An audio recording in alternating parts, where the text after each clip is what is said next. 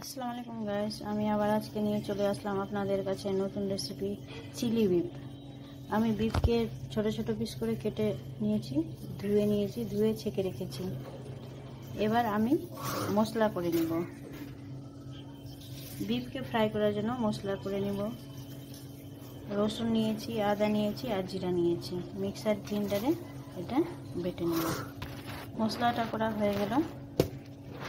এবার আমি বিফকে ম্যারিনেট করে 15 মিনিটের জন্য রেখে দেব। বিফের ছোট ছোট টুকরো করে নিয়েছি। এবার আমি দিয়ে দিব এটাতে টক দই।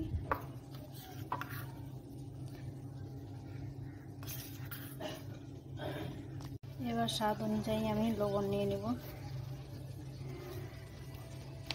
আর নিব আমি একটু ময়দা। এটাকে শুকনো করে মেখে নিব। এবার নিচ্ছি যেটা মশলা বাটলাম, আদা রসুন জিরা একটু নিয়ে নিব। এবার নিয়ে নিব একটু হালকা চিলি ফ্লেক্স, আর নিব একটু সাদা তেল।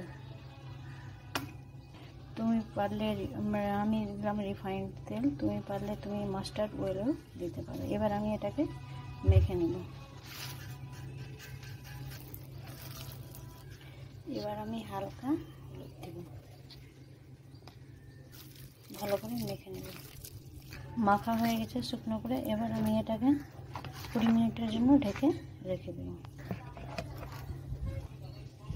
মিনিট করে 20 মিনিট হয়ে গেছে। এবার আমি ভেজে নেব। কড়াইটা চাপিয়ে দিয়েছি, কড়াইটা গরম হয়ে গেছে। এবার আমি রিফাইন্ড অয়েলে ভেজে নেব। তেল গরম হয়ে গেছে। এবার আমি গরুর মাংসটা দিয়ে দেব। একটু একটু করে সুন্দর করে ভেজে নেব। ভাজা হয়ে গেছে, গোল্ডেন কালার চলে এসছে। দেখো কত সুন্দর করে ভাজা হয়ে গেছে বিফটা। এবার আমি তুলে নেব। এমনি করে সব বিফগুলো আমি ভেজে নেব। এই ম্যারিনেট বিফগুলো এমনি করে সবগুলো ভেজে নিচ্ছি আমি। এইভাবে হালকা ঢেকে ঢেকে আমি ভেজে নেব সব মাংসকে। এমনি ঢেকে ঢেকে ভাজলে একটু সিদ্ধ ভালো করে হবে।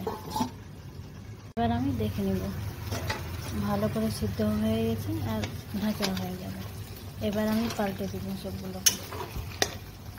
প্রথমে বিফটা কড়াইয়ে দেওয়ার সময় আমি একটু ঢেকে নেব, তারপরে খোলা আমি ফ্রাই করে নেব। এরকম ভালো করে ফ্রাই করা হয়ে গেছে। দেখো কত সুন্দর কালার এসছে।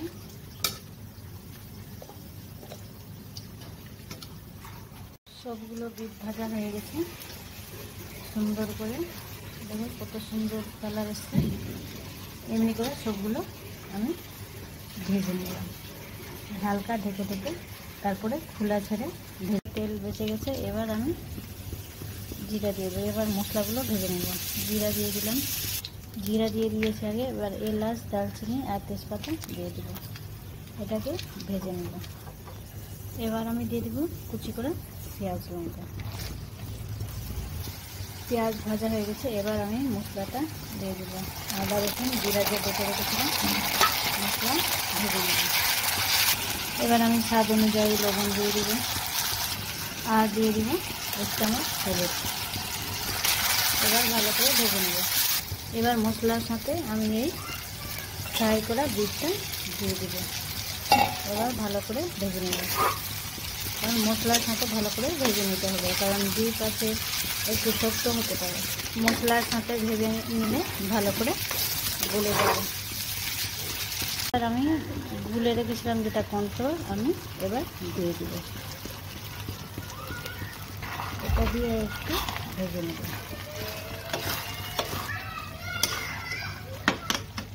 এবার আমি দিয়ে দেবো একটু টক দই। এবার দিয়ে দেবো টক দই।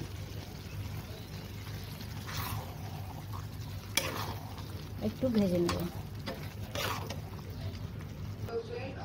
এবার আমি এলাচ আর দালচিনিকে বেটে নেব। একটু এলাচ আর দালচিনিকে শিলপাটাতে বেটে নেব। বাটা হয়ে গেছে এলাচ আর দালচিনি। এবার আমি দিয়ে দেব।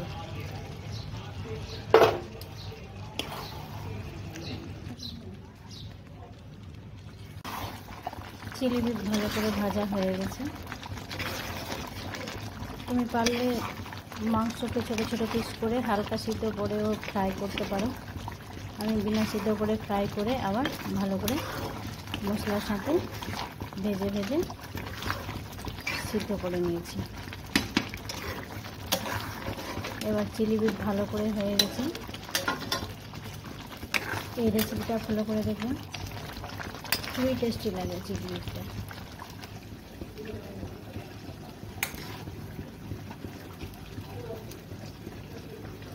এখানে আমি আমার চিলি বিফ রেসিপিটা কমপ্লিট করছি। ওকে গাইস, থ্যাংক ইউ, খুদা হাফিজ।